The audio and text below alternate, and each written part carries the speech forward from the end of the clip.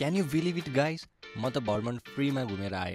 यो ट्रिप त literally dream movie जस्तो लागिरहेको थियो। सानो बेला डेस्कटपको वालपेपरमा जुन फल भ्यू हेर्थेँ, आज म त्यो लाइभमा एक्सपिरियन्स गर्दैछु। Like dreams to come true.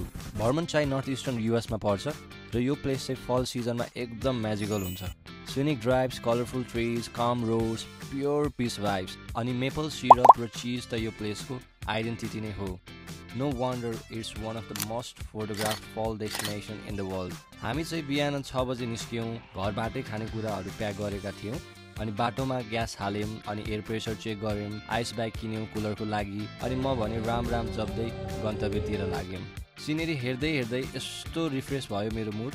एकचोटि त हार्ले डेभिडसन देखेर मलाई नि त्यसमा राइड हान्न मन लाग्यो अनि नेपालमा राइडमा गएको सबै फ्ल्यासब्याक भयो। तर अफसोस अहिले जे छ त्यसैमा सन्तुष्ट हुनुपर्छ भनेर साथीलाई रेस्ट दिँदै मैले गाडी कुदाएँ। बाटोमा जाँदै गर्दा कफीको स्मेल आएर मलाई नि कफी पिउन मन लाग्यो।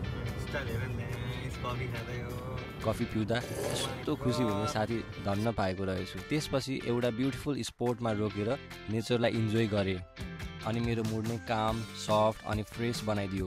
Everything was going perfect until गाडीले ओइल लिक गर्यो। यस्तो मजाको रोड ट्रिप भइरहेको थियो। हिजो भर्खरै सबै सर्भिसिङ गरेको गाडी ओइल लिकेज भयो अनि एउटा खैरे दाइसँग लिफ्ट मागेर हामी अटो सेन्टर आइपुग्यौँ अनि गाडीलाई टो गर्नको लागि मेरो साथी त्यहाँ एउटा इम्प्लोइसँग गयो।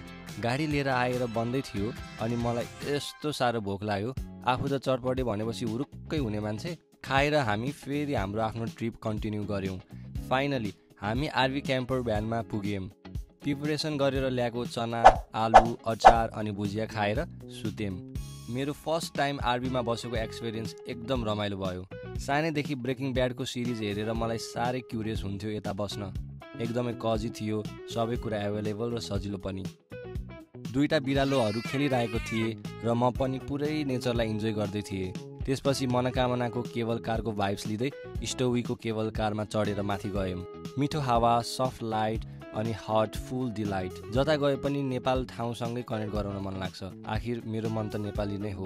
अनि समिट गिफ्ट सपमा छिरेर विन्डो सपिङ गरेँ। फोटोग्राफ्सहरू हेर्दा भर्मन्ट स्नोफलमा नि एकदम रमाइलो ठाउँ रहेछ। त्यहाँबाट फर्किएर अलिक अगाडि पुगेर सानो स्टोरमा भर्मिन्ट र मेपल क्यान्डी त खानै पर्यो, यताको फेमस भनेर किनियो। अनि भर्मन्टमा लोकल सप्सहरूको स्टल लागेको थियो। त्यहाँ मैले लोकल ह्यान्डमेड आइसक्रिम र चिजी पफ खाएँ अनि लन्च गर्न लास्टमा हामी चाइनिज रेस्टुरेन्ट गयौँ। अनि साँच्ची फिड चाहिँ sponsored by my dear friend Saurabh. Full पैसा उसको, फुल मजा चाहिँ मेरो। जय श्री राम।